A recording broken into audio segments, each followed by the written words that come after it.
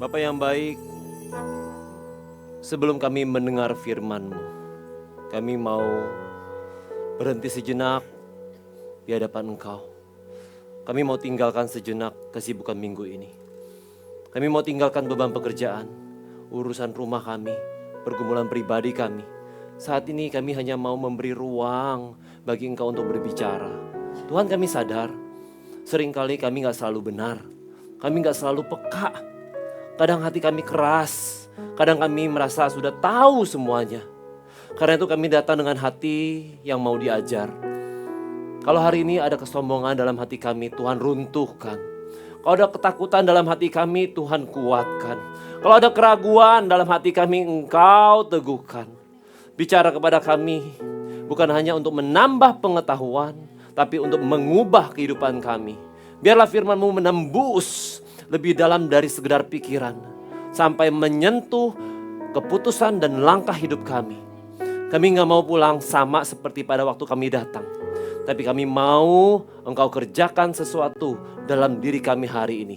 Dalam nama Tuhan Yesus kami sudah berdoa dan mengucap syukur. Mari kita sama-sama katakan amin. Kasih tepuk tangan yang paling meriah.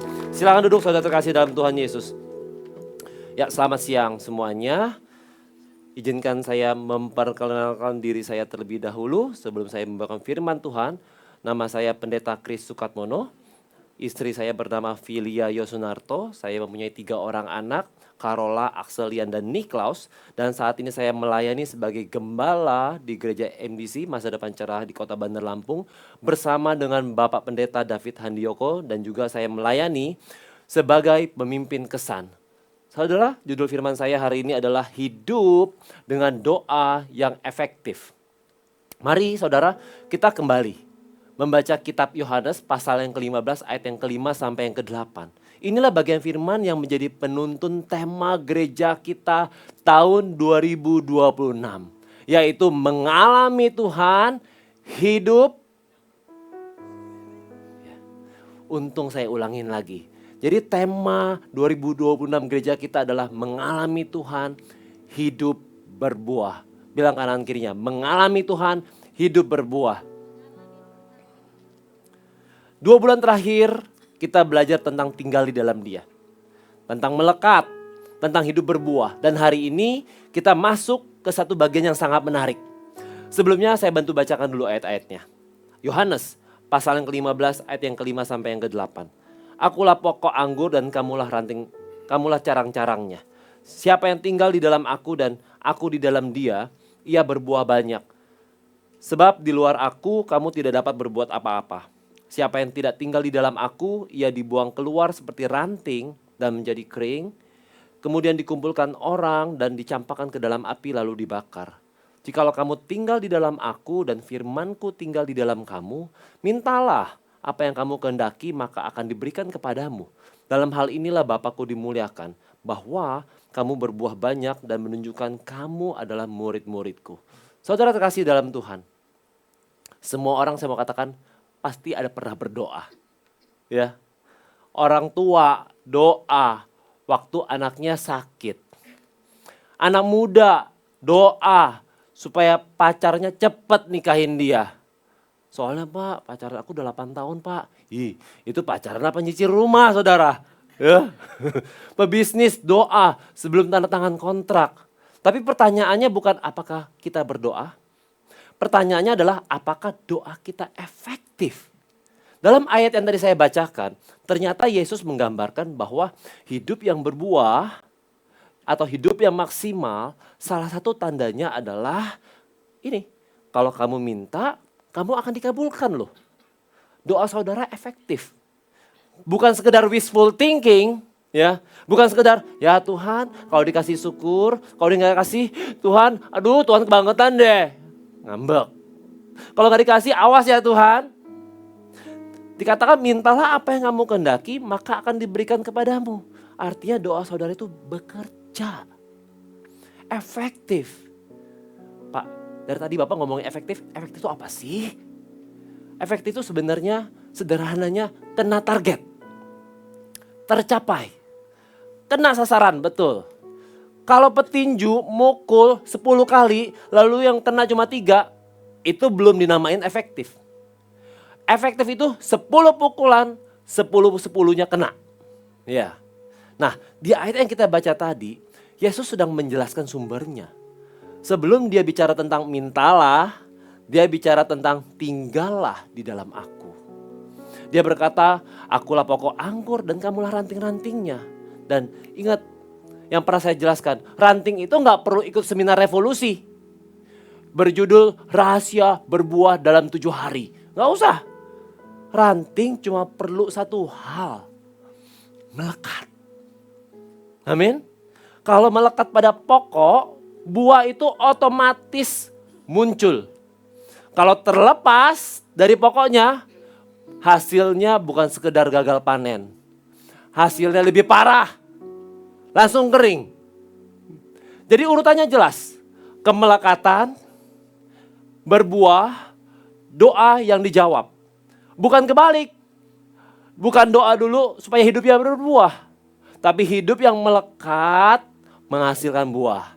Dan salah satu buah itu adalah doa yang efektif. Yang mengerti katakan amin. Dan ingat satu hal. Melekat juga artinya gak melihara dosa. Dosa itu, saudara boleh bayangkan, itu seperti gunting kecil yang sedang mengiris-ngiris ranting. Gak langsung mutusin ranting sih pada pokoknya. Ranting masih kelihatan nempel sih. Tapi sebenarnya sudah retak. Hari ini kita akan belajar bukan pada teknik doanya. Supaya doa kita efektif. Tapi kita belajar sikap yang melatar belakanginya. Supaya doa kita efektif. Ada 3 hal. Yang pertama, kasih kepada Kristus. Yohanes pasal yang ke-15 ayat yang ke-7. Jikalau kamu tinggal di dalam aku dan firmanku tinggal di dalam kamu, mintalah apa yang kamu kehendaki maka akan diberikan kepadamu. Perhatikan baik-baik saudara. Sebelum Yesus berkata mintalah, dia berkata terlebih dahulu tinggallah. Artinya apa? Doa yang efektif itu ternyata gak dimulai dari mulut saudara. Kita pikir doa itu dimulai dari ngomong. Minta ini, minta itu, A, I, U, E, O. Ternyata doa yang efektif itu dimulai dari tinggal. Dan tinggal adalah sebuah bahasa hubungan, ya, relasi. Dan relasi adalah bahasa kasih. Karena gak mungkin loh orang betah tinggal kalau di situ gak ada kasih. Yang mengerti katakan amin. Makanya ada yang namanya anak kabur dari rumah. Istri kabur dari rumah. Suami kabur dari rumah. Bahkan kucing pun bisa kabur dari rumah tuannya. Kenapa? Karena gak betah. Simple. Orang sekedar datang sih, ya udahlah gak masalah lah. Orang sekedar berkunjung, masih bisa. Orang singgah sesaat, oke lah gue jabanin. Tapi kalau untuk tinggal, gak mudah untuk diputuskan. Itu urusan hati masalahnya. Apakah ada kasih di dalam itu yang membuat orang itu jadi betah? Saudara, relasi kita bisa ada dengan Kristus. Itu dimulai bukan karena kita layak loh. Kita sering kali gagal. Ya kan? Kita sering banget yang namanya jatuh bangun. Kadang kita sudah janji di hari Minggu sama Tuhan. Ya Tuhan, aku jadi setia sama Engkau. Ternyata simple. Lupa lagi di hari Senin janji kita sama Tuhan. Tapi apa yang terjadi? Tuhan Yesus menerima kita. Tuhan itu gak bilang gini, udahlah capek gue sama lo. Masa lalu itu melulu. Sama si itu kan. Masalahnya yang itu kan. Alur ceritanya udah bisa gue tebak lah. Jadi gini deh. Daripada habisin waktu gue. Udah. Mendingan lu beresin dulu. Kalau udah beres lu baru datang sama gue. Tuhan gak gitu saudara. Saudara mau cerita berkali-kali masalah yang sama Tuhan. Tuhan gak pernah bosen sama kita. Saudara misalnya curhat masalah sama teman. Ini ya, aku cuma cerita sama kamu aja ya. Iya aman. Aku pasti jaga rahasia kamu. Shh, aman. Kan aku BFF-nya kamu. Best friend forever. Tapi tahu apa yang terjadi saudara? Sekarang jam 12. Ya kira-kira jam 12:15 lah. Gosip saudara itu udah nyebar ke circle yang lain. Iya, itu manusia saudara. Itu manusia. Tapi Tuhan beda. Tuhan gak gitu. Tuhan gak hakimin kita. Malah dia bilang gini, tinggal yuk dalam aku. Pertanyaannya sekarang, apakah kasih yang ditawarkan Tuhan itu kita tanggepin? Saya membaca sebuah kisah nyata yang dimuat di surat kabar Daily Mail di Inggris. Sepasang suami istri lanjut usia yang bernama Des dan Mona Monahan tinggal di Waterford, Irlandia. Usia Des 84 tahun, Mona 83 tahun. Suatu hari, Des, sang suami daftarlah ikut kursus merias wajah. Bayangin saudara, pria 84 tahun ikut kursus make up. Orang langsung mikir dia yang ngapain coba? Idih, ganjen amat itu om. Bukan om. Ganjen amat itu kakek. Saking tuirnya kan ikut kursus. Orang pasti pada penasaran kan? Apakah benar masa puber ketiga cowok itu ada benar adanya? Oh enggak, bukan ketiga lagi. Bahkan yang keempat kali ini mungkin. Apa dia kursus gini supaya dia bisa mengembalikan ketampanannya? Umur 84 tahun jadi terlihat 48 tahun. Pelatih dalam kursus rias itu, seorang makeup artis yang bernama Rosie O'Driscoll, penasaran lalu bertanya, Pak, buat apa sih Pak ikut kursus ini? Ternyata Des bukan ingin merias dirinya sendiri. Dia ingin merias istrinya. Karena penglihatan Mona sudah kabur dan sehingga dia gak bisa ngerias wajahnya seperti dulu. Des tahu istrinya suka tampil rapi dan cantik. Dan karena dia mengasihi istrinya, dia coba belajar merias supaya ia dapat membantu merias wajahnya si Mona. Ketika Mona diwawancarai, Mona bilang apa coba? Melihat betapa besar cinta suaminya membuat saya ingin mengasihi lebih kepadanya. Kenapa Mona ngomong kayak begitu? Emang jamin si kakek itu bakal bagus ngerias wajahnya si Mona? Saudara bayangin ya, kakek 84 tahun nyobain ngerias wajah. Maaf ya, saya minta maaf dulu sebelumnya sama kalau ada asu-asu di sini, opa-opa di sini, lansia di sini. Kemungkinan besar tangannya si Des itu udah tremor. Tahu tremor saudara? Buat minum itu. Iya, termos betul. Tremor itu geter ya saudara ya. Jadi waktu dia lagi mau bikin alis, kemungkinan besar dia bikin kayak grafik saham yang lagi gejolak saudara. Itu tremor. Saya yakin si Mona tahu kondisi lakinya begitu, gak expect amat sama hasilnya. Gak berharap tinggi-tinggi amat sama hasilnya. Ya, tapi Mona senang. Karena Des si suami itu udah effort untuk nunjukin rasa sayangnya ke dia. Mona merasa sangat dicintai. Apa poin dari cerita ini? Kasih yang nyata, yang ada effort, seharusnya selalu membangkitkan kasih balasan. Amin. Kalau kita sadar Kristus sudah lebih dulu mengasihi kita, Seharusnya respon kita bukan terpaksa kalau mau mendekat sama dia. Tapi ada kerinduan yang dari dalam hati kita untuk mau mendekat sama Tuhan. Tapi jujur saudara, kenapa hari ini banyak orang Kristen yang gak punya saat teduh pribadi, waktu tenang pribadi dalam hidupnya sama Tuhan, untuk doa, baca Alkitab, rajin ibadah. Karena dia terbiasa melihat orang lain sukses tanpa doa. Waktu disuruh doa, otaknya langsung mikir, emangnya doa bisa bikin gua kaya? Kenapa hari-hari susah bikin orang Kristen untuk melayani Tuhan?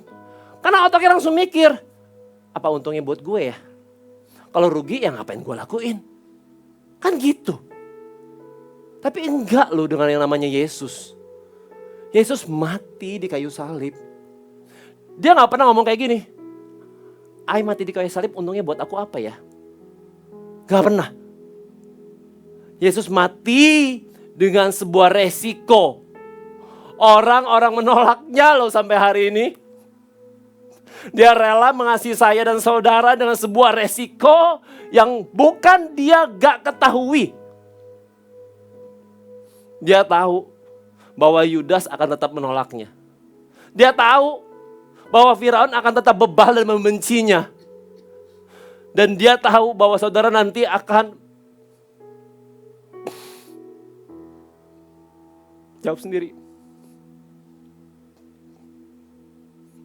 Hanya dialah saudara yang saya bilang, yang sebenarnya Allah yang sangat bebal. Dalam konteks yang positif ya saudara ya. Untuk selalu mengasihi saya dan saudara. Jadi kalau kita benar-benar mengasihi Tuhan, seharusnya kita gak mikir yang namanya untung rugi. Dan doa yang lahir dari kasih otomatis akan menghasilkan kedekatan. Kasih tepuk tangannya paling meriah. Makanya saudara harus selalu sadar. Strategi iblis itu, sekarang bagian pentingnya begini saudara. Kenapa kedekatan membuat doa jadi efektif? Kan itu poin pentingnya. Ada seorang anak kecil tanya sama papanya, "Pak, seberapa besar Tuhan itu?" Papanya nunjuk ke langit. "Kamu lihat pesawat itu nak?" Anaknya bilang, "Wah, kecil banget Pak. Masa sih Tuhan sekecil itu?" Lalu papanya ajak ke bandara. Mereka berdirilah dekat pesawat. Anaknya bilang, "Wah, ternyata besar sekali ya Pak ya." Papanya berkata, demikian juga dengan Tuhan. Seberapa besar Tuhan dalam hidup saudara, tergantung seberapa dekat kamu dengan Dia. Semakin jauh, Tuhan terasa kecil. Semakin dekat, Tuhan terasa besar. Makanya saya mau bilang kepada saudara, harus selalu sadar. Strategi iblis cuma satu, bikin saudara jauh dari Tuhan. Cuma itu aja. Strategi iblis tuh gak pernah berubah sampai sekarang. Bikin saudara kecewa sama Tuhan, bikin saudara jauh dari Tuhan, bikin saudara ilfil sama Tuhan. Karena iblis tahu, dengar baik, ambil anak dari bapaknya, anak itu gak akan bisa buat apa-apa. Yang ngerti katakan amin. Karena iblis tahu, saudara lepas dari Yesus,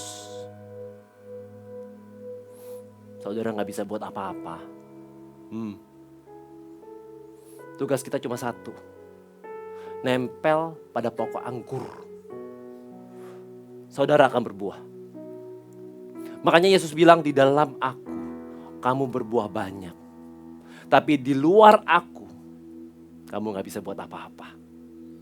Makanya Paulus bilang, segala perkara dapat kutanggung di dalam Dia yang memberikan kekuatan kepadaku. Doa yang lahir dari hubungan yang dekat menghasilkan doa yang efektif. Doa mendatangkan mujizat. Doa yang mendatangkan pertolongan. Doa yang mendatangkan kuasa nyata dalam hidupnya saudara. Kasih tepuk tangan yang paling meriah. Kuasa-Mu terlebih besar. Tuhanku terlebih besar. Tak pernah terlambat janji-Mu ya Tuhan, menolong hidupku. Kuasa-Mu terlebih besar. Tuhanku terlebih besar. Tak pernah terlambat janji-Mu ya Tuhan, pulihkan hidupku. Sekali lagi kita nyanyikan, kita angkat tangan kita. Kuasa-Mu terlebih besar. Tuhanku terlebih besar. Amin. Tak pernah terlambat janji-Mu ya Tuhan, menolong hidupku. Kuasa-Mu terlebih besar. Tuhanku terlebih besar. Tak pernah terlambat janji-Mu ya Tuhan, pulihkan hidupku. Kasih tepuk tangan yang paling meriah buat Tuhan kita. Poin yang kedua, hidup dengan doa yang efektif itu tidak terlepas dari yang namanya iman kepada Kristus. Di Yohanes pasal yang ke-15 ayat yang ke-7, jikalau kamu tinggal di dalam Aku dan firman-Ku tinggal di dalam kamu, mintalah apa yang kamu kehendaki, maka akan diberikan kepadamu. Di bagian kata dan firman-Ku tinggal di dalam kamu, itu artinya saudara, bukan cuma baca firman doang, tapi percaya dan lakukan. Yang ngerti katakan amin. Sekarang tentunya kita semua punya Alkitab di HP kita masing-masing, ya gak sih? Ayat itu bisa kita highlight. Pesan rohani yang bagus itu bisa kita share story di sosial medianya kita. Terus kita tambahin tulisan self reminder. Padahal tujuannya bukan untuk dirinya sendiri, tapi dia lagi ngomongin suaminya. Dia lagi nyindir teman pelayanannya. Tapi Pak, kan gak semuanya gitu Pak. Iya. Tahu gak semua gitu, tapi ada kan. Yang saya mau katakan begini saudara, ketika firman hanya lewat di layar dan gak masuk ke dalam keputusan hidup, maka doa kita tidak akan selaras dengan kehendaknya Tuhan. Yang mengerti katakan amin. Saya kasih ilustrasi berikut ini saudara. Ini apa saudara?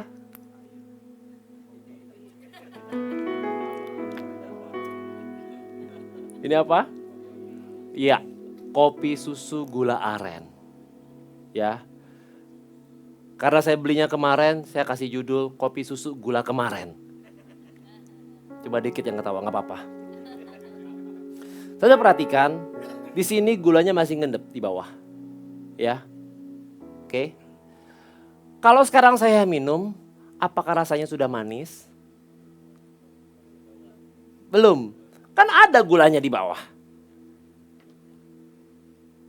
Kenapa belum manis?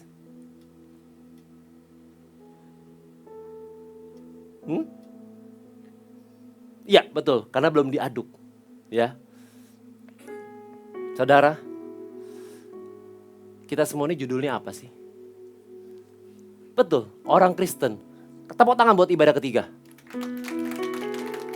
Tapi kalau firman Tuhan hanya cuma dibaca dan gak dilakuin, firman itu seperti gula ini nih, yang ngendep di bawah gak diaduk. Ada sih gulanya, masuk sih gulanya, tapi belum merubah rasa hidup. So, apa yang harus dilakukan? Firman itu harus diaduk dalam setiap keputusan hidupnya kita. Firman itu harus bercampur, blending dalam setiap langkah hidupnya kita. Sehingga itu akan mempengaruhi cara kita memperlakukan orang, mempengaruhi cara kita bekerja, mempengaruhi cara kita memilih pasangan. Saudara perhatikan, kalau ini sudah blending, firman baru mengubah rasa hidup. Sekarang mari kicop. Mari kita coba.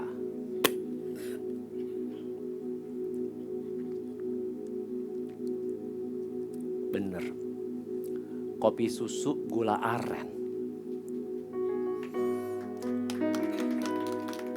Saudara bayangin ya. Saya minum ini 4 kali saudara. 4 ibadah. Saya gak tahu nanti malam saya tidur jam berapa. Gak apa-apa diketawain. Yang penting tepuk tangan buat Tuhan. Saya teringat dulu saya pernah ngobrol sama orang yang lagi sakit. Dia cerita gini saudara. Dia pergi ke dokter, terus dokter bilang sama dia, udah pak berhenti ngerokoknya, jangan ngerokok lagi. Mulai ada olahraga ya pak, obatnya diminum. Dia jawab, siap dok, saya percaya. Tapi nyatanya apa saudara? Ini cerita sama saya orang ini, true story saudara. Saya gak karang-karang. Dia akuin dirinya itu auban. Tahu gak saudara auban? Itu bahasa Ibraninya keras kepala. Ya. Obat gak ditebus, olahraga gak dilakuin, dan masih ngerokok. Terus minta didoain sembuh sama pendetanya. Gimana cara sembuhnya coba saudara? Ya. Jangan tanya saya, sekarang dia ada di mana? Dia sudah almarhum. Jadi, ngomong percaya doang tanpa taat gak menghasilkan perubahan. Iman sejati adalah ketika firman Tuhan tinggal di dalam kita. Artinya mempengaruhi keputusan hidupnya kita. Itu yang membuat doa kita jadi efektif. Kasih tepuk tangan yang paling meriah.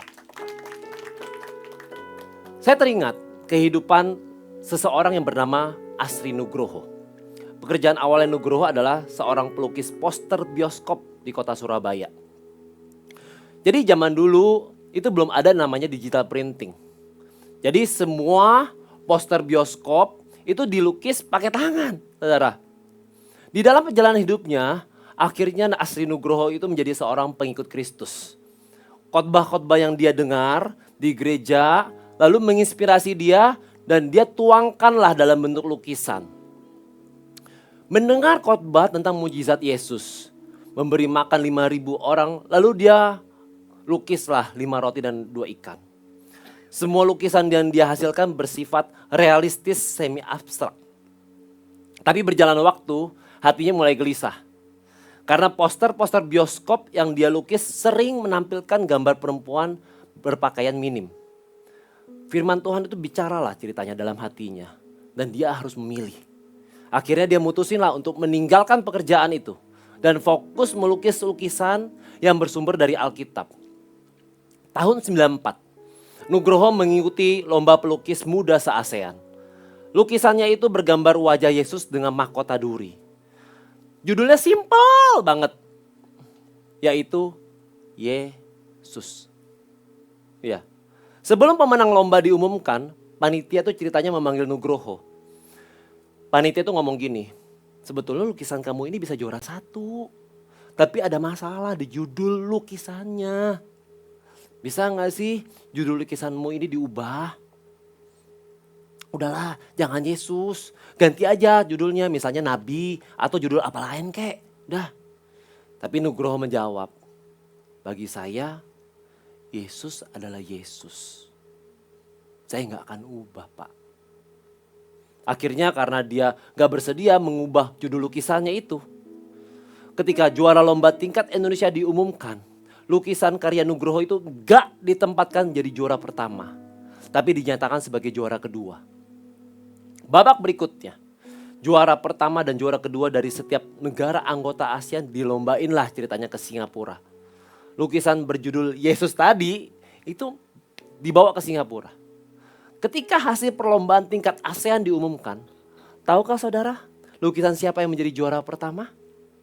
Lukisan karya Nugroho. Lukisan Yesus menjadi juara pertama di tingkat ASEAN. Wow.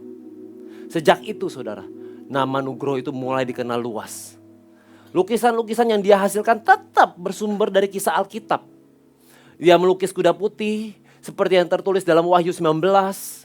Ia terus melukis 5 roti dan 2 ikan.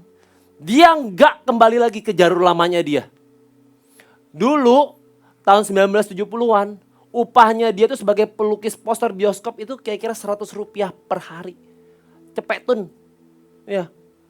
Kalau dihitung nilai sekarang kira-kira ya 15.000 rupiah lah. Tapi hari ini harga satu lukisannya si Nugroho itu satu bisa puluhan juta rupiah. Oh banget kan? Apa poin yang kita bisa ambil dari cerita ini saudara? Ayo mulai sekarang kita jadi pelukis. Di situ ada duitnya. Salah ya poinnya ya? Salah ya? Ya salah memang. Bukan itu poinnya saudara. Gini saudara, ketika firman Tuhan benar-benar tinggal di dalam hati, ketaatan mungkin terlihat merugikan di awal. Pelukis tadi itu turun loh, dari calon juara 1 jadi juara 2. Dan dia meninggal pekerjaan yang sudah pasti sebagai pelukis poster bioskop. Tapi Tuhan gak pernah berhutang pada ketaatan. Iman yang tumbuh dalam Tuhan Yesus itu akan menghasilkan keberanian. Keberanian menghasilkan ketaatan. Dan dengar baik di ujungnya. Ketaatan membuka jalan berkat. Amin. Langkah hidup yang seperti itu saudara. Yang membuat apa yang kita doakan jadi efektif. Hidup benar di hadapan Tuhan bikin doa kita jadi berkuasa. Amin. Kasih tepuk tangannya paling meriah. Anak muda shalom. Ya. Jangan sampai salah jatuh cinta. Amin. Hati-hati kepada siapa kamu jatuh cinta. Karena nikah itu durasinya bukan sekedar 1-2 tahun aja. Karena anak gak bisa pilih siapa orang tuanya. Bener apa enggak? Ya. Ah pak, bodoh ah. Yang penting dia ganteng. Susah tahu pak, nyari cowok ganteng kayak gini. Lihat tuh pak. Alisnya dari kanan ke kiri nyambung gak putus pak. Langka, rare orang kayak begitu pak. No. Saudara tahu? Nanti lama-lama gantengnya hilang. Datangnya perutnya. Maju. Jangan salah jatuh cinta. Karena anak gak bisa pilih orang tua. Kalau saya boleh pilih orang tua, so pasti saya akan pilih orang tua saya Ratu Elizabeth saudara. Karena saya akan jadi Raja Inggris. Dan saya akan bikin Buckingham Palace menjadi Siger Palace. Lampung Pride biasa, Lampung Pride. Iya. Anak gak bisa pilih siapa orang tuanya. Tapi kita bisa pilih orang tua untuk anak kita nanti. Kitalah yang memilih siapa yang akan menjadi ayah atau ibu dari anaknya kita. Nah untuk itu firman Tuhan tuh harus diaduk juga. Blending sama urusan cinta saudara. Banyak anak-anak muda yang gagal mengendalikan diri di masa pacaran. Awalnya bilang, kita jaga kekudusan pak, siap pak. Saya jaga pak. 3 bulan kemudian, ya gimana pak? Namanya juga cinta, sama-sama mau. Dan karena pacarannya gak kudus, jatuhlah dia dalam seks bebas.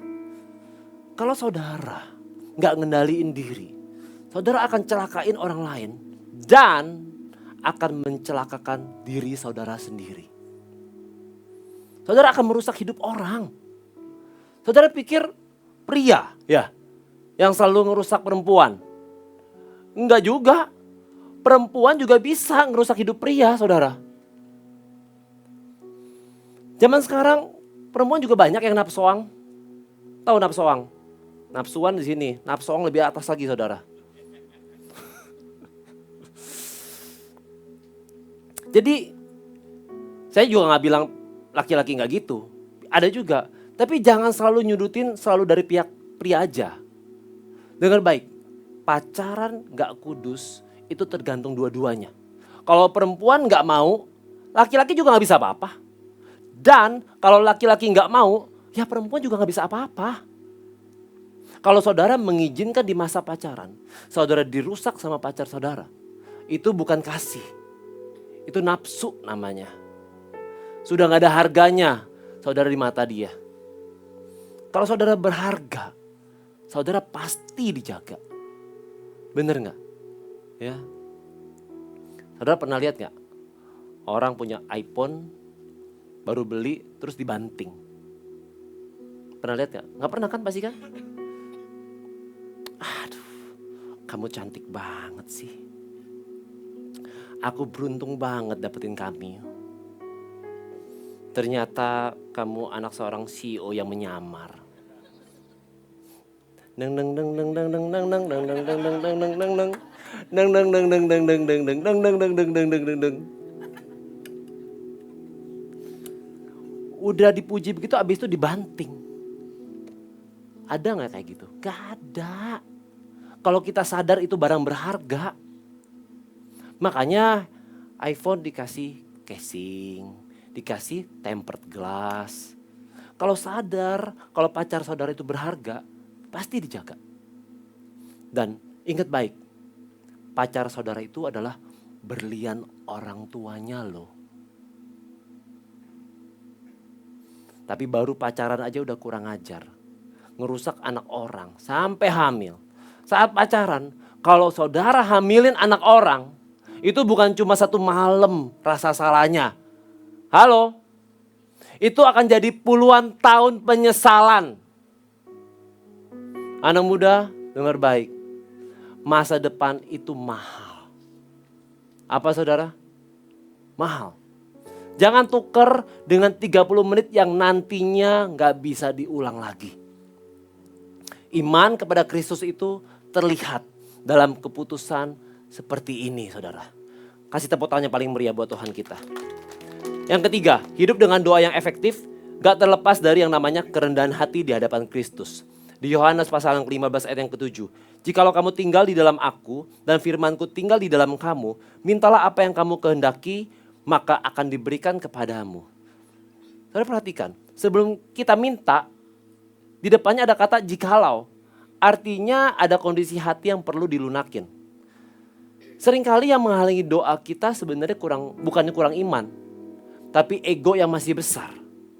Kita mau dipakai Tuhan, asal aku gak kehilangan apa-apa ya Tuhan. Padahal kerendahan hati ini artinya adalah Tuhan, sekalipun aku sebenarnya gak siap, kalau engkau mau pakai saya bersedia.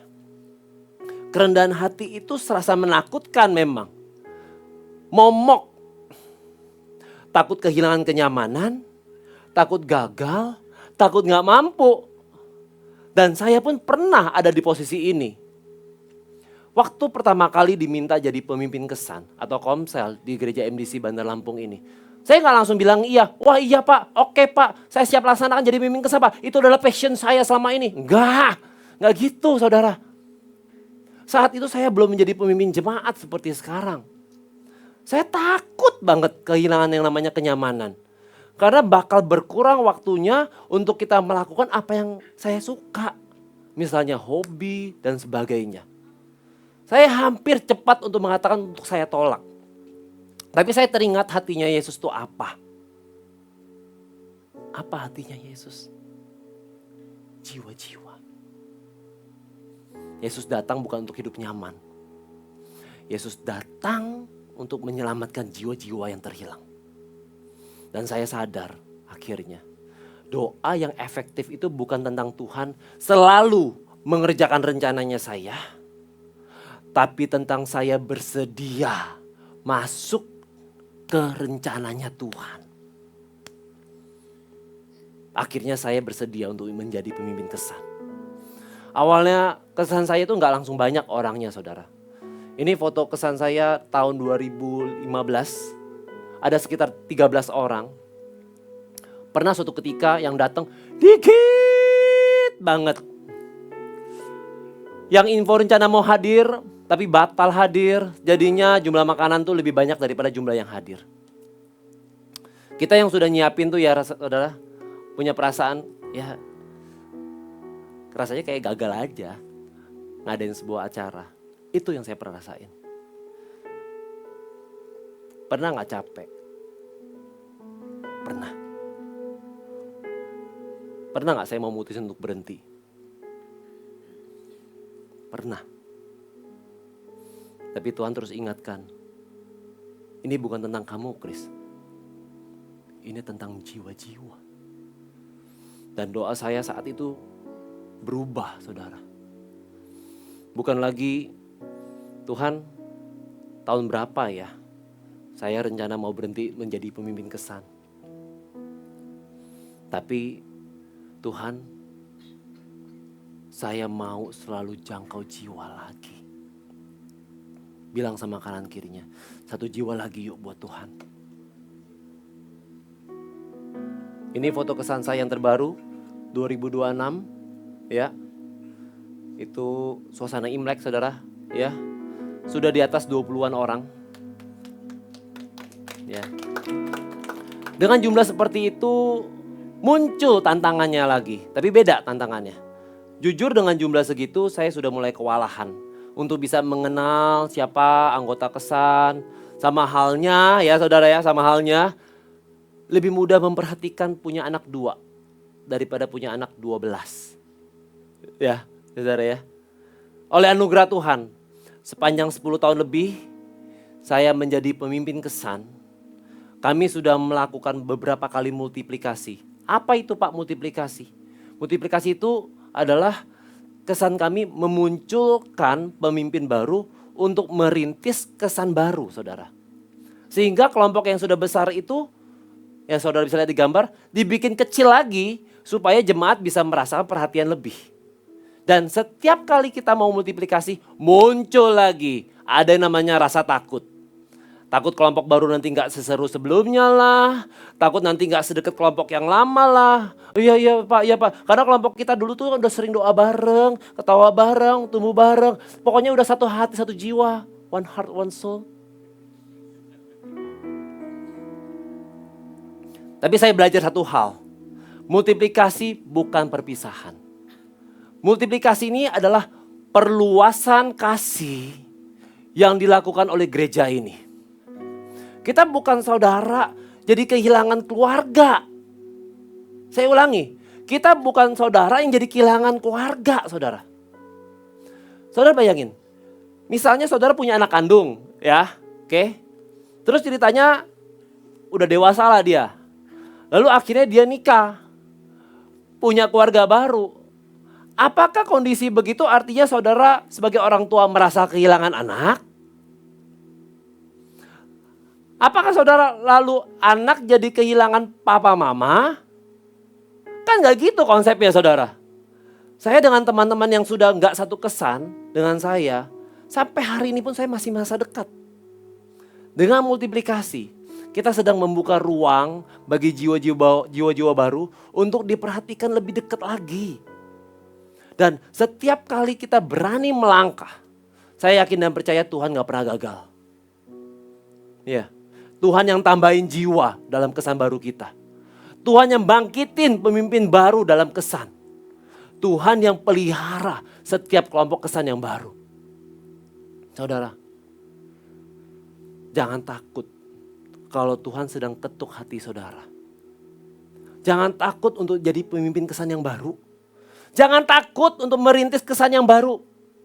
Ayo dukung pemimpin kesan baru saudara yang bersedia merendahkan hatinya. Tuhan gak mencari orang yang paling mampu kok di gereja ini saudara. Tuhan mencari orang yang paling bersedia mencoba masuk dalam rencananya. Terus selebihnya apa Tuhan? Selebihnya Tuhan yang kerja. Itu aja. Dan ketika kita berani merendahkan hati dan berkata ya, disitulah doa kita bukan hanya didengar. Tapi bukan hanya doa kita sekedar efektif. Tapi hidup kita menjadi jawaban doa bagi orang lain. Amin. Kasih tepuk tangan yang paling meriah.